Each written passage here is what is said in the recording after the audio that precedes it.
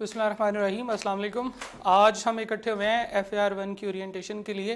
Post result की orientation spring 2025 की attempt के लिए हम लोग प्लान कर रहे हैं और इस ओरिएंटेशन में मैं आपको एक ओवरऑल गाइडेंस दूंगा कि किस तरीके से नियर पीयर के ऊपर हम कोर्स पढ़ेंगे और कैसे ये लेकर चलेंगे। स्प्रिंग 2025 की अटैम्प्ट के अंदर कोर्स स्केड्यूल क्या होगा, किस तरीके से ये सारी चीज़ें चलेंगी। तो फर्स्ट ऑफ ऑल एक ब्रीफ सा इंट्रोडक्शन है। सारा हमेशा की तरह मैं पढ़ के नहीं सुनाऊंगा, यानी कि मैं पहले भी जो है वो सारा पढ़ के नहीं सुना था। बस एक बेसिक सा जो बात है वो ये है कि from the start of my professional career, even before that, मैंने जो मेरा ताल्लुक़ रहा है वो एजुकेशन के साथ ही रहा है। 2012-13 से मैं एजुकेशनल इंस्टीट्यूट्स के साथ किसी न किसी फॉर्म में, किसी न किसी रोल में मौजूद हूँ। अब तो बल्कि बहुत सारी ऐसे इंस्टीट्यूट्स हैं, बहुत सारे ऐसे मामलात हैं CA के हवाले से, जैसे पब्लिकेशन है, ऑनलाइन क्लासेस है, लाइव क्लासेस है। एक फ़िज़िकल इंस्टीट्यूट के साथ मैं काम कर रहा हूँ, तो उनमें अल्हम्दुलिल्लाह हर तरह से, हर मोड पे, हर लेवल के बच्चों को सर्व किया जाता है। सर्व कर रहा हूँ डिफरेंट मोड्स में, डिफरेंट रोल्स में। डिफरेंट सब्जेक्ट्स है जो मैं टीच करता हूँ, लेकिन इस वक्त हम लोग जो बात करने लगे हैं वो FAR1 की करने लगे हैं। FAR1 में इस वक्त जो पोस्ट रिजल्ट में हैं वो मोस्टली वो बच्चे होंगे जो ये सब्जेक्ट रिपीट कर रहे हैं, या कुछ ऐसे बच्चे हो सकते हैं जो नवंबर की अटैम्प्ट PRC की पास करने के बाद आ रहे हैं। उन लोगों के लिए भी ये इन्फॉर्मेशन जो है थोड़ी सी रेलिवेंट होगी, सिर्फ स्केड्यूल चेंज होगा। तो जो बच्चे नवंबर की अटैम्प्ट देकर आ रहे हैं PRC की, या जो बच्चे FAR1 का पोस्ट रिजल्ट क्लासेस लेना चाहते हैं, उन लोगों के लिए मैं ये प्लान डिस्कस करूँगा। सबसे पहले समझना ज़रूरी है कि FAR1 है क्या। ठीक है जी, अगर आप FAR1 की बात करें तो हमने देखा था कि हमारी फाइनेंशियल अकाउंटिंग की जो स्ट्रीम है, इसके अंदर डिफरेंट स्टेजेस के ऊपर हम फाइनेंशियल अकाउंटिंग पढ़ते हैं। सबसे पहले हम लोग PRC 4 में फाइनेंशियल अकाउंटिंग पढ़ते हैं, जिसे हम इंट्रोडक्शन टू अकाउंटिंग कहते हैं। और इसमें बेसिकली आपने MCQ बेस्ड अकाउंटिंग पढ़ के आए हैं। मोस्ट प्रोबेबली आप लोगों ने अकाउंटिंग पढ़ी होगी, यहाँ पे बेसिक्स ऑफ अकाउंटिंग आप लोगों ने सीखी है।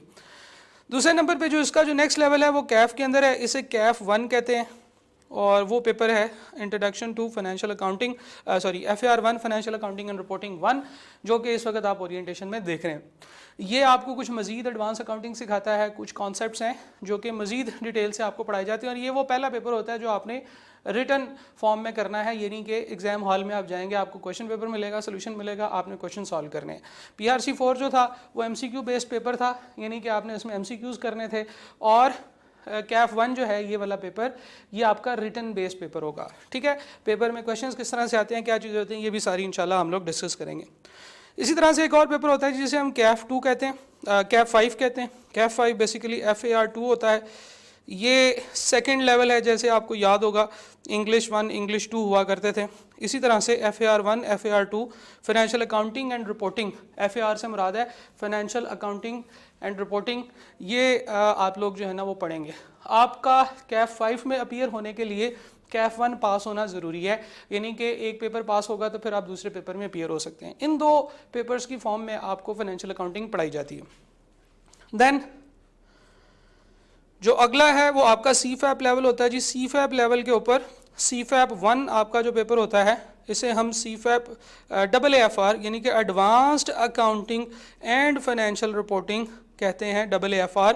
ये भी फाइनेंशियल अकाउंटिंग के एडवांस एक लेवल का पेपर होता है, जिसमें मोस्टली ज़्यादातर रिपोर्टिंग के ऊपर फोकस किया जाता है। तो यानी कि अकाउंटिंग का चौथा पेपर आपको CFAP 1 में मिलेगा। इसी तरह से MSA का भी एक पेपर होता है, MSA 1।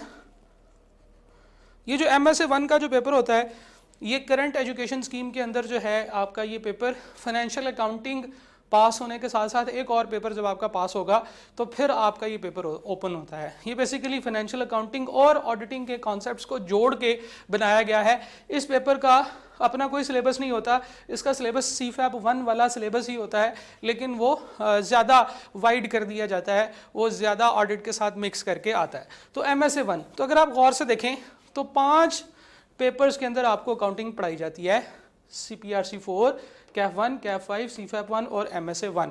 इन पांचों पेपर्स में वही अकाउंटिंग होगी, डबल एंट्री बुक कीपिंग, लेकिन क्या फ़र्क होगा, डबल एंट्री आपने सीख ली है, बेसिक फाइनेंशियल अकाउंटिंग आपको आ गई है, फ़र्क क्या होगा इनमें होगा डिफरेंट टाइप की specialised financial statement, different type की स्पेशलाइज्ड अकाउंटिंग जो होगी, अकाउंटिंग ट्रीटमेंट्स वो आप सीखेंगे। तो इसी तरह से आपने बेसिक अकाउंटिंग सीख ली है, आपको डबल एंट्री बुक कीपिंग आ गई है, आपको ट्रायल बनाना आ गया, आपको फाइनेंशियल स्टेटमेंट्स बनाना आ गया, तो मोस्टली यही वो साइकिल है, यही वो सर्कल है जो चलता है फाइनेंशियल अकाउंटिंग के अंदर। लेकिन अब आपने मज़ीद कुछ डिफ़िकल्ट चीज़ें सीखनी है, कुछ ऐसी टेढ़ी मेरी एडजस्टमेंट सीखनी है। आपने अभी तक सीख लिया है कि जी बैड डेट्स को कैसे एडजस्ट करते हैं, लेकिन एक ख़ास तरह के फाइनेंशियल एसेट्स जिनमें ख़ास तरह की लेवरेज होती है, उनमें ख़ास तरह से एक गवर्नमेंट की इन्वॉल्वमेंट होती है, उनमें कुछ पेमेंट्स अभी करनी है, कुछ 15 साल के बाद करनी है, तो उसमें इन्फ्लेशन का इम्पैक्ट कैसे डालना है, उसमें आपका जो फाइनेंस का इम्पैक्ट है वो कैसे डालना है, इंटरेस्ट रेट वगैरह का इम्पैक्ट कैसे डालना है, ये सारी चीज़ें, ये वो स्पेशलाइज फाइनेंशियल स्टेटमेंट या स्पेशलाइज फाइनेंशियल ट्रांजेक्शन्स हैं जिनको अब आप लोग करना सीखेंगे। लेकिन हमेशा हर काम जो है वो डबल एंट्री से होगा। तो कुछ चीज़ें आप यहाँ पे पढ़ लेंगे, कुछ टॉपिक्स यहाँ पे पढ़ लेंगे, कुछ टॉपिक्स यहाँ पे पढ़ लेंगे, उन सारों की दोबारा से यहाँ पे टेस्टिंग हो जाएगी।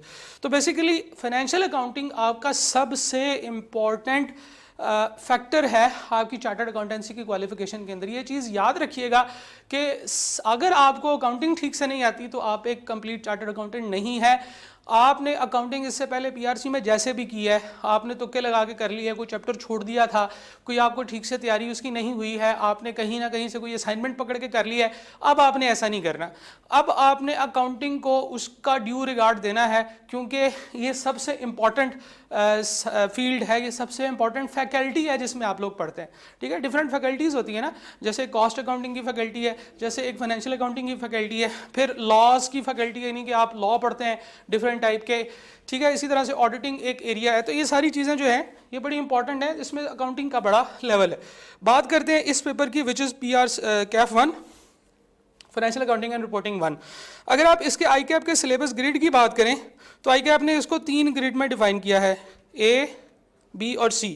Preparation of financial statements, conceptual framework and interpretation of financial statements and accounting for financial transactions। ये 3 एरियाज हैं। इन तीनों एरियाज के चैप्टर्स कौन कौन से आगे लिखे हुए हैं अभी आपको पढ़ के बताऊंगा, तो उसका कोई मकसद नहीं होगा, उसका कोई फ़ायदा नहीं होगा। जब जैसे जैसे आप लोग ये चैप्टर्स पढ़ेंगे आपको पता चल जाएगा। मैंने सिर्फ इस पूरी स्लाइड में ये बताना है कि भाई आपके 100 नंबर के पेपर को 3 पार्ट्स में डिवाइड किया गया है। तीनों जो पार्ट्स हैं उनकी वेटेज बराबर ही है तकरीबन। ये 35 से 45 का मतलब है कि इस पार्ट की वेटेज है 40% की, अगर हम इसकी एवरेज ले लें। इस पार्ट की वेटेज है 35% की, और इस पार्ट की वेटेज जो है ये भी 35% है। तो तकरीबन हर पार्ट जो है वो इक्वली वैल्यू रखता है, हर पार्ट की इक्वल वेटेज है। ठीक है, इसका मतलब ये है कि कोई भी एक सेक्शन आप छोड़ देंगे तो आपका जो है वो पेपर पास नहीं हो सकता। ये चीज़ ज़हन में रखिएगा। मैं बता रहा हूँ दोबारा से, इस एरिया से या इस स्लाइड से बताने का मकसद क्या है, इस स्लाइड को दिखाने का मकसद ये है कि आपने ये समझ लेना है कि इसमें जो कुछ है वो सारा कुछ इंपॉर्टेंट है। अगर आप इसमें कोई स्पेसिफिक चैप्टर या एरिया छोड़ देंगे तो आपके पास होने के चांसेस बिल्कुल ख़त्म हो जाते हैं। और ये चीज़ जो है ये हमें यहाँ से भी पता चलेगी, जो कि आई कैप ने पिछली 6 अटैम्प्ट्स में बच्चों से जो सवाल पूछे हैं। अगर ये स्लाइड आपको इस वक्त नज़र नहीं आ रही, परेशान नहीं होना, ये स्लाइड्स की जो तस्वीरें हैं ये सारी आपको नोट्स के अंदर भी मिलेंगी। अभी अगर आप गौर से देखें, अगर नज़र आ रहा है, अगर आपकी आंख देख सकती है और अगर मेरा कैमरा मैन आपको दिखा सकता है, तो गौर से देखें, ये हैं चैप्टर्स, बुक के चैप्टर लिखे हुए हैं। ठीक है, और ये हैं कि हर चैप्टर से इस अटेम्प्ट में कितने सवाल पूछे गए हैं। क्या आपको कोई बॉक्स खाली नज़र आ रहा है? कोई बॉक्स खाली नहीं है। इसका मतलब यह है कि आई कैप जो है हमेशा हर चैप्टर में से सवाल पूछता है। तो जब आपने छोड़ दिया तो आप रह जाएंगे। कोई और अटेम्प्ट ले लेते हैं, ये वाली अटेम्प्ट ले लेते हैं, ऑटम 22। क्या कोई बॉक्स खाली नज़र आ रहा है? कोई बॉक्स खाली नज़र नहीं आ रहा, हर चैप्टर से सवाल पूछा जा रहा है। तो ये चीज़ याद रखिएगा कि FAR 1 के अंदर नो सेलेक्टिव स्टडी, आप बिल्कुल सेलेक्टिव स्टडी नहीं कर सकते। अगर आपने कोई चैप्टर छोड़ दिया आपके फेल होने के चांसेस बहुत बढ़ जाएंगे। इसमें मैं हमेशा एक इन्फॉर्मेशन शेयर करता होता हूँ। आई कैप ने एक दफ़ा कुछ इन्फॉर्मेशन शेयर की थी, वो मैं आपको बताता हूँ, समझना ज़रूरी है कि वो क्या इन्फॉर्मेशन थी। उन्होंने ये कहा कि वो बच्चे जिनके पेपर पास हुए उन 100 बच्चों के आंसर स्क्रिप्ट हम लोगों ने निकाले। यानी कि ये 100 बच्चे हैं, यानी कि वो चेक करना चाहते थे कि यार जो बच्चे पास हो रहे हैं उनमें क्या चीज़ मुश्तरक है। फाइनेंशियल अकाउंटिंग के अंदर उन्होंने 100 बच्चों के पेपर निकाले और उनको चेक किया तो उनको पता चला कि मेजॉरिटी पे बच्चों ने सारे सवाल सॉल्व किए हुए थे। यानी कि अगर 9 सवाल आ रहे हैं तो 9 के 9 सॉल्व किए हुए थे। तो उनको वहाँ पे जो उसकी रीडिंग निकली वो ये निकली कि 100 में से 98 स्टूडेंट्स ने पूरे के पूरे 9 सवाल सॉल्व किए हुए थे। 9 आउट ऑफ 9 क्वेश्चन सॉल्व किए हुए थे, ठीक है, और सही किए थे तभी तो पास हुए। और 2 बच्चे ऐसे थे जिन्होंने एक सवाल छोड़ दिया था फिर भी वो पास हो गए थे। यानी कि अगर हम पास होने वाले बच्चों की तादाद निकालें तो उसमें हमें पता चलेगा कि 100 में से 2 बच्चे ऐसे होते हैं जो इतने खुशकिस्मत होते हैं कि वो एक सवाल छोड़ के भी पास हो जाते हैं। तो इस चीज़ को अगर इस तरह से वैल्यूएट किया जाए कि अगर आपने पेपर छोड़ दिया, अगर आपने सवाल छोड़ दिया तो आपके पास होने की प्रोबेबिलिटी बहुत कम हो जाएगी, 2% रह जाएगी। क्योंकि 2 बच्चे ऐसे थे 100 में से जिन्होंने 8 सवाल किए और फिर भी जो है वो पास हो गए, फिर भी उनका पेपर जो है वो क्लियर हो गया। तो सिलेक्टिव स्टडी नहीं करनी, ये चीज़ बहुत इंपॉर्टेंट है। ये जितनी ज़्यादा इंपॉर्टेंट और जितनी ज़्यादा कीमती बात है, लोग इतना ही इसको वैल्यू नहीं करते। चलें, बहरहाल टीचर का काम होता है उसने बताना, तो मैंने आपको फिर एक दफ़ा बता दी ओरिएंटेशन के अंदर कि भाई इस चीज़ का ख्याल रखना है। एक और चीज़ मैं ओरिएंटेशन में ही बताना चाहता हूँ कि जिस तरीके से मैं ओरिएंटेशन रिकॉर्ड कर रहा हूँ इस तरह से हमारे लेक्चर्स नहीं हैं। हमारे लेक्चर स्टूडियो मोड में है, लेकिन हम लोग नया स्टूडियो टेस्ट कर रहे हैं तो इसलिए फिर मैंने इस मोड में ओरिएंटेशन रिकॉर्ड की है। हमारे लेक्चर्स जो हैं उसी मोड में, जिस मोड में आपको डिफरेंट टाइप की वो जो एड्स वगैरह चलती हैं उसमें आपको नज़र आ रहा होता है, स्टूडियो मोड है। अच्छा, हम बात करते हैं कि आईकैप ने तो जो पूछा वो पूछा ही। सिर्फ एक चीज़ मैं यहाँ पे और बताना चाहता हूँ कि आईकैप ने जो पूछा उसको अगर आप देखें तो इवैल्यूएट करें तो आपको पता चलेगा भाई कि ग्रिड ए जो था उसकी वेटेज थी 40%, ठीक है, वो कॉर्नर में लिखा हुआ है। लेकिन आईकैप ने जो इसको पूछा, आईकैप ने इसको उतना पूछा जितना पूछा जा सकता था, लेकिन 100 नंबर के सवाल में इतना ही पूछा जा सकता था, ठीक है। तो 40 नंबर का जो है ना ये एरिया था, इसमें से अब तक जो क्वेश्चंस आए हैं वो 39.33% उसकी एवरेज बनती है, यानी कि अपनी ग्रिड को फॉलो कर रहा है। एक ऐसा एरिया जिसकी वेटेज 25% थी उसके अंदर से अभी तक 25.33% का क्वेश्चन आता है, यानी कि आईकैप अपनी वेटेज फॉलो करता है। एक ऐसा क्वेश्चन जिसमें 35% जो है वो वेटेज थी और उसमें 35.33% जो है ये आईकैप ने सवाल पूछा, यानी कि एग्जैक्टली फॉलो कर रहा है अपने वेटेज को, अपना जो सिलेबस एरिया है उसको। ठीक हो गया जी। पेपर का कुछ और इन्फॉर्मेशन आप लोगों के पास यहाँ पे मौजूद है कि क्वेश्चन के अंदर ये सारी अटेम्प्ट वाइज है। अटेम्प्ट 2024 की, spring 24, autumn 23, spring 23, autumn 22, spring 22, ये पिछली 6 अटेम्प्ट्स का डाटा आप लोगों के पास मौजूद है। क्वेश्चन जो थे 9 क्वेश्चन होते हैं जी आपके पेपर के, याद रखिएगा, जिसमें से 2 सेक्शंस बनते हैं। एक होता है सेक्शन ए, एक होता है जी सेक्शन बी। सेक्शन ए में 6 सवाल होते हैं और उसके 50 नंबर्स होते हैं। सेक्शन बी में 3 सवाल होते हैं, उसके 50 नंबर होते हैं। यानी कि सेक्शन ए में छोटे सवाल होते हैं और 6 में से एक सवाल ऐसा होता है, यानी कि ये जो 6 क्वेश्चंस हैं इनकी अगर मैं बाइफर्केशन समझूं तो एक इसमें एमसीक्यूज का क्वेश्चन होता है, उसमें 5 से 6 एमसीक्यूज होते हैं और 5 इसमें छोटे मार्क्स के क्वेश्चंस होते हैं, यानी कि 5 क्वेश्चंस ऐसे होते हैं जो कि आप समझ लें कि 5 से लेकर 9 मार्क्स तक के होते हैं। 5 छोटे क्वेश्चंस और एक बड़ा क्वेश्चन, ठीक है जी। और 5 छोटे क्वेश्चन और एक एमसीक्यू बेस्ड क्वेश्चन। और सेक्शन बी में 3 क्वेश्चंस होते हैं, नॉर्मली 15, 17, 20 इस तरह से 3 बड़े सवाल होते हैं, अच्छा खासा टाइम ले जाते हैं। तो दोनों सेक्शंस मिला के 100 नंबर बनते हैं, आपने उसमें से 50 नंबर हासिल करने हैं। कुछ लोगों के जहन में ये बात गलती से आ जाती है कि दोनों सेक्शंस में अलग अलग 25-25 नंबर हासिल करना ज़रूरी है। ऐसी बात नहीं है, आपने पूरे 100 नंबर के पेपर में से पूरे 50 नंबर हासिल करने हैं, चाहे आप इस सेक्शन में अच्छा परफॉर्म कर लें, चाहे आप इस सेक्शन में अच्छा परफॉर्म कर लें। तो ये नहीं सोचना कि भाई क्या दोनों सेक्शंस में अलग अलग पास होना ज़रूरी है, ऐसी बात नहीं। टोटल 9 क्वेश्चंस आते होते हैं हमेशा, जो ऊपर लिखा हुआ है, और जो एमसीक्यू वाला क्वेश्चन है उसमें कितने एमसीक्यूज होते हैं, वो भी तकरीबन 9 एमसीक्यूज होते हैं। ठीक है। इसके बाद अगली बात जो सबसे इंपॉर्टेंट है, क्या कोई चैप्टर मिस हुआ है? कोई चैप्टर मिस नहीं हुआ। IAS 8 स्प्रिंग 2024 में ये एक चैप्टर उन्होंने मिस कर दिया था, लेकिन उसकी भी एक एडजस्टमेंट उन्होंने एक और क्वेश्चन के अंदर डाल के पूछी थी।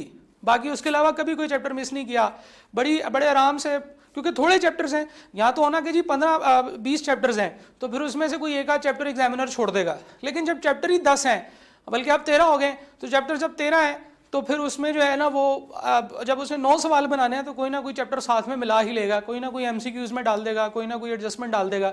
जो लंबे सवाल होते हैं ना ये 3, इन लंबे क्वेश्चंस में भी 2-2 पार्ट्स होते हैं। अक्सर औक़ात ऐसे होता है कि एक पार्ट किसी और चैप्टर से रिलेट कर रहा होता है, दूसरा पार्ट किसी और चैप्टर से रिलेट कर रहा होता है। तो भाई सबसे बड़ी प्रॉब्लम है बच्चों को FAR 1 में ये होती है। इसलिए तो रिजल्ट देखें ज़रा माशाल्लाह कितने % आ रहा है, 23%, 25%, 22%, 27%, इतना रिजल्ट आ रहा है। इसका क्या मतलब है? इसका मतलब ये है कि अगर एक अटैम्प्ट में 10,000 बच्चे अपीयर हुए हैं, जैसे बिल्कुल रिसेंट अटैम्प्ट में 10,000 स्टूडेंट्स अपीयर हुए हैं, जिनमें से सिर्फ 2800 बच्चे पास हुए हैं, 2878, और ये 28% बनती है माशाल्लाह से। इसका ये मतलब है कि हर 100 में से 28 बच्चे सिर्फ पास होते हैं, बाकी 72 बच्चे फेल हो जाते हैं। और अगर आप इसको कंपैरिजन करें अपने जो बाकी कैफ के पेपर्स हैं, तो आपको ये लोएस्ट रिजल्ट आता है।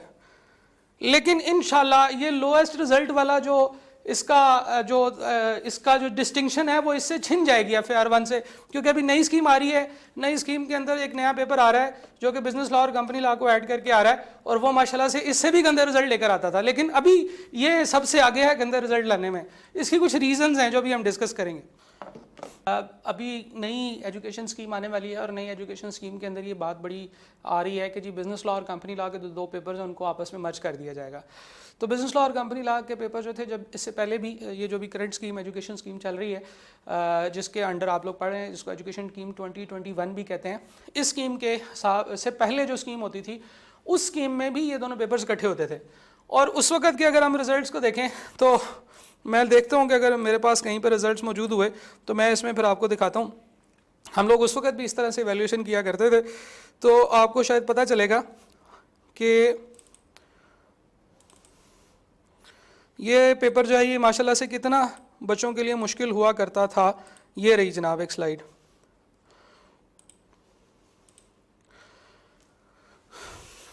परेशानी होना आपने देख के, ये स्प्रिंग 2021 ऑटम 20 स्प्रिंग 20 आज से 4-5 साल पुराने रिजल्ट्स हैं। उस वक्त ये पेपर होता था, इसको हम कैफ 3 कहते थे। और अगर आप गौर से देखें तो कैफ 3 का जो पेपर है, ये रेड बॉक्स का मतलब ये है कि इस अटेम्प्ट में सबसे गंदा रिजल्ट इस पेपर का आया था। तो आप देखें कि बिल्कुल FAR 1 की तरह ही चलता आ रहा है। बल्कि माशाल्लाह एक अटेम्प्ट में तो ऐसे था कि जब इसमें 18% बल्कि 13% रिजल्ट आया था ऑटम 2018 में। तो बात यह है कि अब आप लोगों को डेफिनेटली इसका पता होगा कि आप लोगों ने क्या करना है। मैं तो नहीं ये सब्जेक्ट का टीचर, लेकिन मैं आपको सिर्फ ये बताना चाहता हूँ कि अभी इस वक्त FAR 1 का तुर्रा इम्तियाज़ ये है कि ये सबसे बुरे रिज़ल्ट लाने वाला पेपर है। इतना ज़्यादा मैं क्यों बता रहा हूँ? एक टीचर जो ओरिएंटेशन के अंदर ही ये बताए कि भाई इतने बुरे रिजल्ट्स आते हैं, वो क्यों बताएगा? ये तो एक मोटिवेशनल सेशन होना चाहिए। तो पहले मैं ज़रा बता तो दूँ कि मैं जो अगली मोटिवेशन देने लगा हूँ वो किस लिए देने लगा हूँ। तो पहले तो आप समझ लें कि रिज़ल्ट्स क्या चल रहे हैं। अभी मैं आपको इसकी रीज़न्स बताऊँगा, और जब आपको इसकी रीज़न्स पता चलेंगी फिर आप कहेंगे कि सर ये क्या बात कर रहे हैं, बच्चे FAR 1 में क्यों फेल होते हैं। ये इन्फॉर्मेशन मेरे पास कहाँ से आई? ये इन्फॉर्मेशन मेरे पास आई क्योंकि मैं खुद टीचर हूँ, मैं बहुत सारे टीचर्स के साथ होता हूँ। मैंने उनसे पूछा कि बताएं भाई बच्चे FAR 1 में क्यों फेल होते हैं। फिर ICAP के एग्जामिनर कमेंट्स देखे हैं मैंने और उसको एवेल्यूएट किया है। तो ये 5 पॉइंट्स आप लोगों के सामने रखे हैं जो कि बेसिकली FAR 1 में फेलियर की रीजंस होते हैं। Point number 1, selective study. ये तो एक ऐसी चीज़ है जिसके बारे में जितनी बात की जाए उतनी कम है।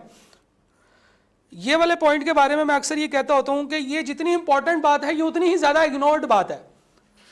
जैसे ये ऐसे ही है जैसे हम लोग कहते हैं भाई बोतल नहीं पीनी चाहिए, कोल्ड ड्रिंक नहीं पीनी चाहिए, उससे सेहत ख़राब होती, लेकिन फिर भी पूरा पाकिस्तान पीता है, फिर भी हर कोई पीता है। जो बंदा जो ज़्यादा मोटा था वो ज़्यादा पीता है, ठीक है। इसी तरह से हर कोई मानता है, हर कोई समझता है, हर कोई इस चीज़ को एग्री करता है कि सेलेक्टिव स्टडी जो है ये फेलियर का बाइस होती है, लेकिन हर कोई करता है। ठीक है, हर कोई सिलेक्टिव स्टडी करता है, हर कोई चैप्टर छोड़ देता है एंड पे जाके। तो जनाब अगर आपने ये कर लिया तो मेरे हाथ खड़े हैं, देखें तस्वीर खींच लें, मेरे हाथ खड़े हैं, मैं आपको पास नहीं करा सकता। मैं क्या, कोई भी टीचर आपको पास नहीं करा सकता, क्योंकि ICAP ने अपनी वो जो वीडियो बनाई, वो जो मैंने अभी आपको बताया है, उसमें उन्होंने बताया है कि भाई सवाल छोड़ दिया, फारग, अगली दफ़ा के लिए तैयारी करो। तो सवाल नहीं छोड़ना, सिलेक्टिव स्टडी नहीं करनी, छोटा सा सिलेबस है, थोड़े से टॉपिक्स हैं, 6 महीने का टाइम है, अभी तो खैर 4.5 महीने रह गए, लेकिन फिर भी this is a great time, आपने इसको ज़ाया नहीं करना। दूसरा, ये सारी चीज़ें मैं एक दफ़ा डिस्कस कर लूँगा, फिर इनका सोल्यूशन बताऊँगा। इनसफिशिएंट प्रैक्टिस होती है बच्चों की, सवालों की प्रैक्टिस नहीं करते, जितने टीचर ने बता दिए बस डैट सेट, उसके बाद जो है ना वो कोई एडिशनल प्रैक्टिस नहीं करते, जिसकी वजह से फेल होते हैं। पेपर ठीक से प्रेजेंट नहीं कर पाते, लंबे सवाल ठीक से हैंडल नहीं कर पाते। बच्चे PRC से आए होते हैं, PRC में MCQ बेस्ड पेपर्स होते हैं, MCQ बेस में 4 ऑप्शंस होती हैं, टिक करना होता है। कैलकुलेशन जितनी मर्जी गंदी मंदी कर लें, मोस्टली बच्चों को कैलकुलेशन कैलकुलेटर के ऊपर करने की आदत पड़ जाती है, लेकिन वो आदत फिर छूटती नहीं है। फिर उनको ना अपना सोल्यूशन प्रेजेंट करना आता है, प्रेजेंट नहीं कर सकते अपना क्वेश्चन, लंबे सवालों को हैंडल नहीं किया जा सकता, छोटे छोटे सवाल करने के आदी होते हैं। जब बड़ा 17 नंबर का सवाल आता है पागल हो जाते हैं। बल्कि इवन PRC 4 के अंदर भी जो हमारा लंबा क्वेश्चन होता था 20 नंबर का फाइनल अकाउंट का क्वेश्चन, वो हैंडल नहीं होता। एंड तक बच्चे उसमें परेशान रहते हैं कि सर MCQs तो हो जाते हैं, तुक्का शुक्का लगा लेते हैं, लेकिन वो कैसे करें, आप अपना लॉन्ग क्वेश्चन कैसे करें, ये प्रॉब्लम होती है। टाइम मैनेज नहीं होता, लंबे सवालों के ऊपर ज़्यादा टाइम लगा लेते हैं। 9 सवाल होते हैं और हर सवाल में से जो लंबे क्वेश्चंस होते हैं उनमें नॉर्मली 2-2 पार्ट्स होते हैं, तो तकरीबन आप कहिए 15 से 20 पार्ट्स बन जाते हैं। वो सॉल्व नहीं कर पाते 3 घंटे के टाइम पीरियड में, हालांकि ये सफिशिएंट अप्रोप्रिएट टाइम होता है, क्योंकि प्रैक्टिस नहीं होती। और टाइम की प्लानिंग, खैर ये दोबारा रिपीट हो गया, पेपर जो है वो आपसे कंप्लीट नहीं होता टाइम पे। बहुत सारे बच्चे आगे कहते हैं सर 3 घंटे कैसे गुजरे के पता ही नहीं चला, मेरा पेपर कंप्लीट नहीं हुआ। बच्चों का PRC का पेपर कंप्लीट नहीं होता, तो FAR1 का पेपर कैसे कंप्लीट होगा? तो ये कुछ प्रॉब्लम्स हैं। इन सारी प्रॉब्लम्स का, ये जो नीचे वाली प्रॉब्लम्स है, इनका जो हल है वो है प्रैक्टिस और टेस्ट। और अनफॉर्चुनेटली बच्चे ना तो एडिशनल प्रैक्टिस करते हैं, ना ही वो टेस्ट में जाते हैं, टेस्ट भी नहीं देते। हमारा नियर पीयर के ऊपर टेस्ट सेशन का एक बड़ा ज़बरदस्त मैकेनिज्म है। वो बेचारा टेस्ट सेशन एग्जामिनर ग्रुप में मैसेज कर करके कह रहा होता है भाई टेस्ट दे दो, टेस्ट दे दो, टेस्ट दे दो, कोई बच्चा टेस्ट ही नहीं देता। तो जब टेस्ट नहीं देगा तो फिर आप कैसे पास करेंगे? तो ये समझ लें कि सिर्फ लेक्चर लेना काफ़ी नहीं है, आपने प्रैक्टिस भी करनी है, आपने टेस्ट को सॉल्व करके जमा भी कराना है, आपने अपनी प्रेजेंटेशन के इश्यूज़ भी रिजॉल्व करने हैं, आपने अपनी टाइम मैनेजमेंट के इश्यूज़ भी रिजॉल्व करने हैं। 3 घंटे के पेपर में जब आप लिखने बैठते हैं ना, तो अक्सर ऐसे होता है कि 1-1.5 घंटे के बाद बच्चे अपना हाथ दबा रहे होते हैं, हाथ थक जाता है उनका, क्योंकि 3 घंटे कोई काम करने की आदत नहीं होती ना, तो 3 घंटे कैसे कंटिन्यूसली लिख लेते हैं। बहुत सारे बच्चे 3 घंटे का लंबा टेस्ट पहली दफ़ा एग्जाम हॉल में जाके देते हैं, तो आप ये कैसे एक्सपेक्ट कर सकते हैं कि आप उसमें अच्छा परफॉर्म करेंगे और उसमें उसको पास करेंगे? ये वो रीजंस होती हैं जो बच्चे के फेलियर का सबब बनती हैं। इसमें मैं आपको सजेस्ट करूंगा, नोट्स के अंदर मैंने दिया भी हुआ है वैसे तो, ICAP के एग्जामिनर कमेंट्स का एक डॉक्यूमेंट है जो मैंने क्लास नोट्स में रखा हुआ है, आप जाकर ज़रा उसमें पढ़ें और जो जनरल कमेंट्स हैं वो पढ़ें। आपको पता चलेगा कि यार ये तो बच्चे ऐसी ऐसी गलतियां करते हैं कि फिर उनका फेल होना बनता है। आपके दिल से आवाज़ आएगी यार इसका फेल होना बनता है जो बच्चा ऐसी गलती करे, लेकिन बच्चे वो गलतियां करते हैं। तो ये चीज़ें इस वक्त बताना बहुत ज़रूरी है, क्योंकि आप एक नई जर्नी स्टार्ट कर रहे हैं, आप एक नया सफ़र जो है वो शुरू कर रहे हैं। तो उस सफ़र में आपको पता होना चाहिए कि क्या क्या मुश्किलात आएंगी और उनको कैसे रिजॉल्व करना है। तो हम लोगों ने बात की कि सिलेबस क्या है, फिर हमने देखा कि ICAP ने कैसे पूछा, फिर अब हम देख रहे हैं कि बच्चों ने कैसा परफॉर्म किया, वो जो पास पेपर एनालिसिस हम लोगों ने देखा। अब हम देख रहे हैं कि जो बच्चों ने परफॉर्म किया तो उसमें उसकी रीज़न क्या थी इतना गंदा परफॉर्म करने की। तो आई होप कि ये चीज़ें ओरिएंटेशन में आपको ये मेरी बातों में एक तवाज़ुन नज़र आएगा। यानी कि सबसे पहले हमने देखा कि FAR1 क्या है, उसका सिलेबस समझा, फिर हमने समझा कि ICAP ने उसको कैसे पूछा। ICAP अपने पूछने के हवाले से बिल्कुल वैसे ही पूछ रहा है जैसे उसने पूछना था, यानी कि जिस जिस एरिया को जो जो उसने वेटेज देनी थी उसने दी हुई है और उस हिसाब से पूछ रहा है, यानी कि ICAP अपनी बात से नहीं फिरा। उसका हमें यहाँ पे भी नमूना मिलता है, लेकिन यहाँ पे आके हमारे बाकी जो नमूने हैं वो सामने आते हैं। 10,000 बच्चा रिसेंट अटेम्प्ट में अपीयर हुआ है, 10,000 हाईएस्ट बच्चा है। मेरे ख्याल से आज तक 10,000 बच्चा और किसी पेपर में अपीयर नहीं हुआ पिछले 2 सालों में।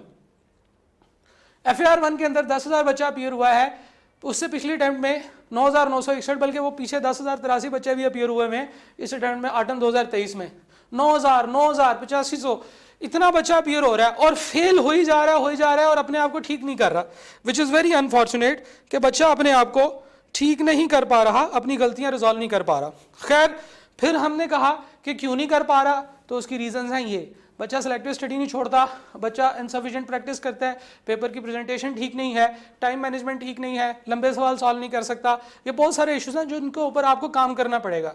तो अभी आपके पास जो टाइम है इसमें आपने इसको कैसे करना है वो अब आपको बताता हूं मैं। वो है हमारा syllabus coverage plan. Week by week, हर वीक का प्लान है।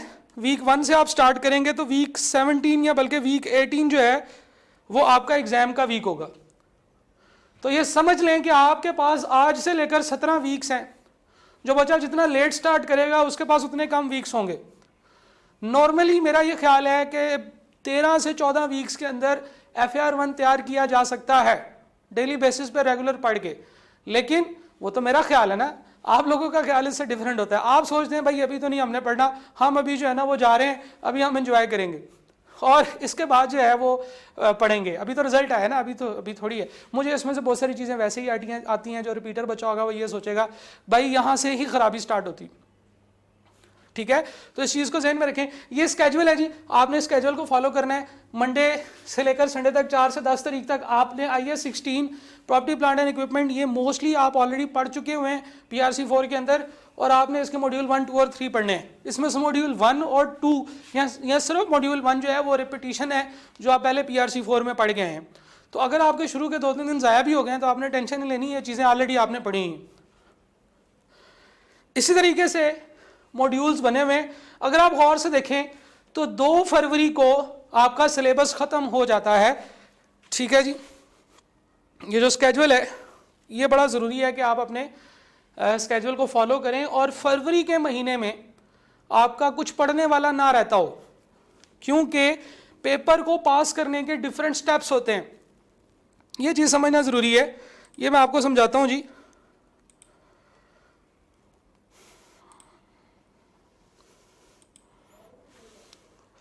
देयर आर डिफरेंट स्टेप्स जो आपने फॉलो करने हैं, और बच्चे जो हैं वो उन स्टेप्स में से सिर्फ स्टेप 1 के ऊपर ही फंसे रहते हैं, जिसकी वजह से वो पेपर पास नहीं कर पाते। सही है। स्टेप नंबर 1 ये है कि आपने अपने लेक्चर्स कंप्लीट करने हैं। स्टेप नंबर 1, ठीक है, अच्छा है कलर, लेकिन हम इसको और लाइट कर लेते हैं। तो स्टेप नंबर 1 ये है कि आपने लेक्चर्स करने हैं कंप्लीट। लेकिन प्रॉब्लम यह है कि हम लोग इसी स्टेप को कंप्लीट नहीं कर पाते। बच्चे एग्जाम से एक रात पहले तक अपने पेंडिंग लेक्चर्स ही कवर कर रहे होते हैं। तो यार ये समझ लें कि पेंडिंग लेक्चर्स जो हैं ये आपको फेल कराएंगे। आपने स्टेप नंबर 1 ये है कि आपने अपने लेक्चर्स कंप्लीट करने हैं। आपके पास रिकॉर्डिंग्स हैं, आप उसका स्केड्यूल बनाएं। ऐसा मैंने आपको बना के दिया है। वीक में एक दिन हम लोग मिल रहे होते हैं। आप लोगों को स्केड्यूल बनाने में प्रॉब्लम आ रही है, आप उस स्केड्यूल से रह गए हैं जो स्केड्यूल मैंने बनाया था, तो आप रिक्वेस्ट कर लें कि सर मुझे नया स्केड्यूल बना दें।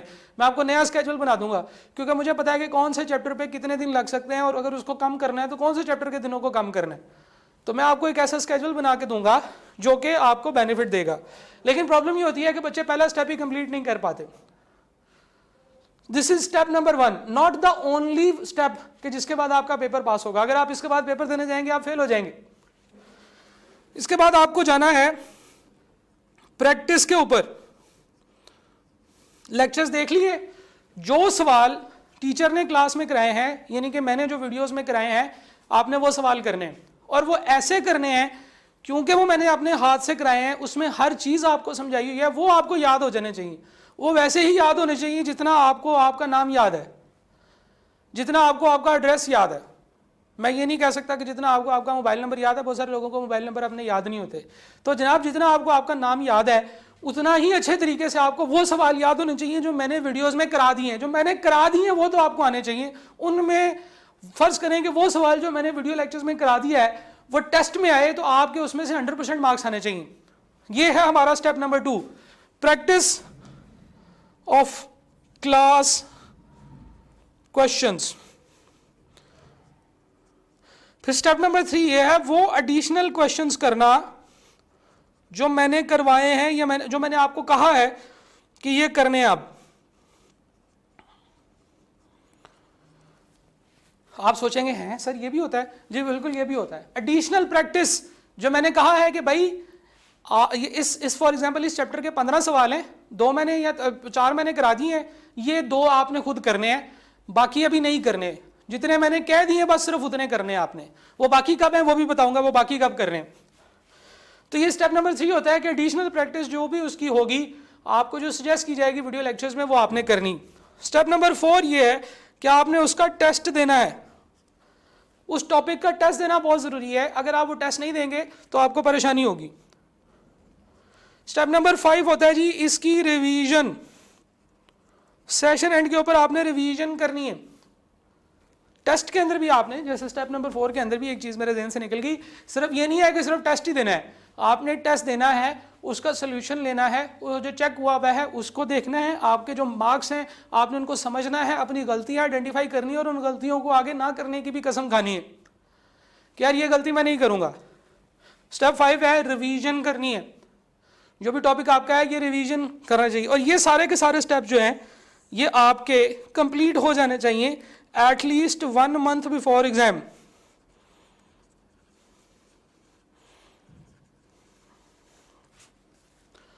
तो आप ज़रा सोचें, यहाँ चलें, आपने अगर रिपीट कर रहे हैं पेपर तो आप ज़रा सोचेंगे कि आपने ये काम कर लिए थे। अगर आपने ये काम कर लिए होते तो आप आज इस क्लास की ओरिएंटेशन ना देख रहे होते, आप अगली क्लासेस कर रहे होते। अच्छा, 1 मंथ पहले आपने एग्ज़ाम से अपना सिलेबस जो है वो कंप्लीट करना है और रिविजन्स भी कंप्लीट कर लेनी है। और लास्ट मंथ में आपने 40 सिलेक्टेड पास्ट पेपर क्वेश्चंस करने हैं जो कि मैं आपको दूंगा, 1 सवाल डेली। और उसके साथ साथ जो भी आपकी रिवीजन रहती है रिवीजन कर लें, जो भी आपका कोई प्रैक्टिस करने वाली रहती है प्रैक्टिस कर लें। रोज़ाना 1 सवाल पास्ट पेपर का, 40 सवाल दूंगा लास्ट मंथ में जो आपने प्रैक्टिस करने हैं। इंशाल्लाह आपको उसमें काफ़ी सारे कॉन्सेप्ट्स कवर हो जाएंगे। वो 40 सवाल ऐसे कॉम्प्रिहेंसिव होंगे, उनमें पास्ट पेपर के सवाल भी होंगे डेफिनेटली। वो जो मैंने आपको कहा नहीं था कि शुरू में कि जी 15 सवाल हैं, 4 आपने कर लिए, 2 मैंने मजीद करवा दिए, फिर बाकी जो रह जाएंगे वो इस लिस्ट में आ जाएंगे अगर वो रेलिवेंट होंगे। कुछ क्वेश्चंस होते हैं ना जो रिपीट हो रहे होते हैं बार बार, एक दफ़ा पूछा उसी तरह का सवाल थोड़ी देर बाद दोबारा पूछ लिया, उसी तरह का सवाल नाम और डाटा चेंज करके दोबारा पूछ लिया, तो वो एक कर लेंगे और बाकी 2-3 मैं आपको कहूँगा यार इनको करने की ज़रूरत नहीं है, ये हमने ऑलरेडी कवर कर ली।